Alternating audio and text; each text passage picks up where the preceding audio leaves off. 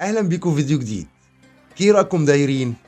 لا بس الحقيقه الفيديو بتاعنا النهارده فعلا فيديو مختلف. الفيديو بتاعنا النهارده عن موسيقى الراي اللي ظهرت في عشرينيات القرن الماضي في ولايات الغرب الجزائري، وهران وتلمسان وسيدي بالعباس. انا قضيت 3 سنوات من طفولتي في ولايه معسكر جنوب وهران. مدينة معسكر هي مدينة الأمير عبد القادر الجزائري.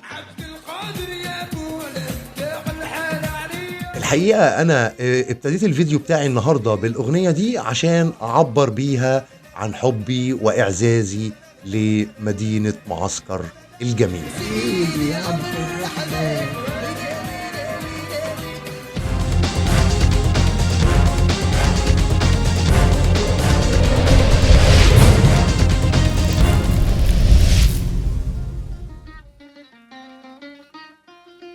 الفنان الكبير رابح درياسة.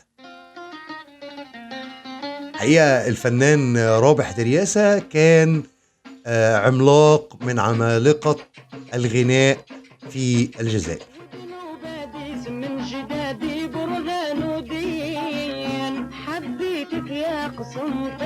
الحقيقة أغنية وردة بيضة كانت من الأغاني الجميلة جدا، واللي كانت دايما بتتذاع في الإذاعة والتلفزة الجزائرية في هذا الوقت، وكانت أغنية الحقيقة ليها وقع رائع على الأذن، وكانت الناس بتحب الأغنية دي جدا. وردة بيضاء في العلالي حتما بين الدوالي وكروم الدين. من أجمل وأحلى أغاني الفنان الراحل رابح درياسة أغنية من أروع الأغاني اللي ممكن تسمعها له، أغنية نجمة قطبية. نجمة قطبية طلت عقب الليل عليا، سمرة خمرية جرحتني بعيون غزالة.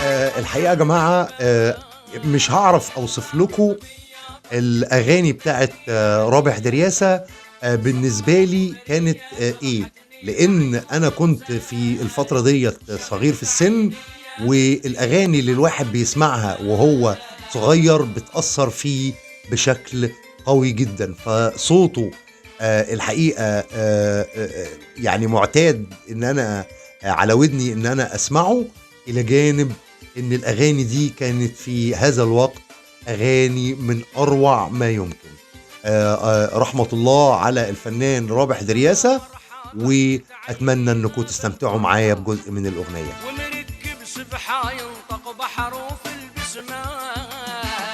في النهاية أتمنى أن يكون الفيديو بتاع النهاردة عجبكم، ولو فعلا عجبكم تعملوا لايك للفيديو، ولو انتوا شايفين ان المجهود اللي انا بعمله يستحق اشترك معايا في القناة وفعل الجرس علشان لما انزل الفيديو الجاي يوصلك اشعار.